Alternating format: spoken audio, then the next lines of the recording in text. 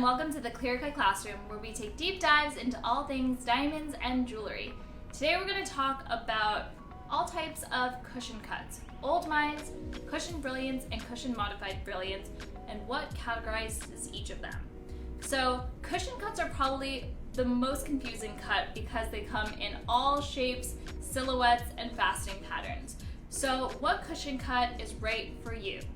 Well, let's start with the old mine cut. The old mine cut is the antique version of what evolved into today's modern day cushion cut. An old mine cut is typically a little bit squarish, a bit more round, chunky facets. It has the presence of a culet, which is an extra facet at the point, a smaller table facet, and a steep crown angle. These were all hand cut and lacked a lot of standardization. Most of these were cut pre-1930s and 40s. The cushion cut then evolved a bit, so there are cushion cuts that have these elements of the chunky facets, the culet, but may not be quite an old mine cut. And we in the industry like to refer to these as antique cushion cuts, but sometimes they can be categorized as old mines and sometimes cushion brilliants. So why is that? When GIA was established, they wanted to bucket and categorize all diamonds into specific types of cuts and shapes.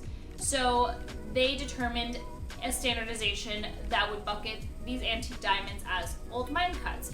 So there are certain things like needing to be below a 53% table, needing a certain crown angle percentage, needing at least a medium-sized culet. If it hits all of those things, it'll be categorized as an old mine. However, it can have all of those elements, look antique, but maybe the table facet is a 58 or 60%. Then it is no longer considered an old mine. It is bucketed into a cushion brilliant. And what that means is just a cushion cut with a brilliant faceting pattern, the kites and arrows, similar to what we find in a round brilliant. These can be chunkier, like an antique, or can be more modern. So cushion brilliants can really vastly range in how they appear. A cushion modified brilliant is basically just a cushion with any sort of modification to that brilliant kites and arrows faceting pattern. So even if it has one extra facet or the facets are just aligned a bit differently, it will fall into cushion modified. There's a misconception that cushion modified brilliant means your cushion cut has a crushed ice faceting pattern. A crushed ice faceting pattern is a style where when you look into the diamond, it kind of looks like a bunch of crushed ice, a lot of glitter. It's the opposite of an antique style cushion where instead of the chunky facets, you have lots of little facets and sparkle. So this is an important distinction. Not all cushion modified brilliants will be crushed ice, but all crushed ice cushions will be a cushion modified brilliant.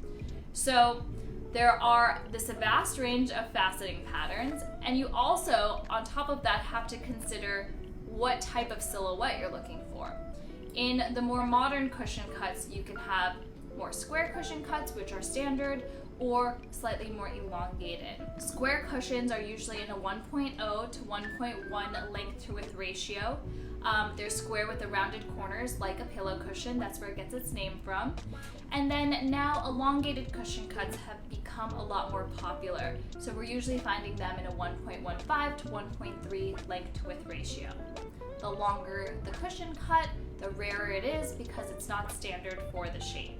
So you want to figure out, when looking for a cushion cut, what is the silhouette you want, what is the faceting pattern you want, and that is going to be more important than the distinction on the GIA certificate because the categories can be so minute on where it is bucketed that I wouldn't really fixate on that too much. Let me know if you have any questions about cushion cuts, and class is dismissed.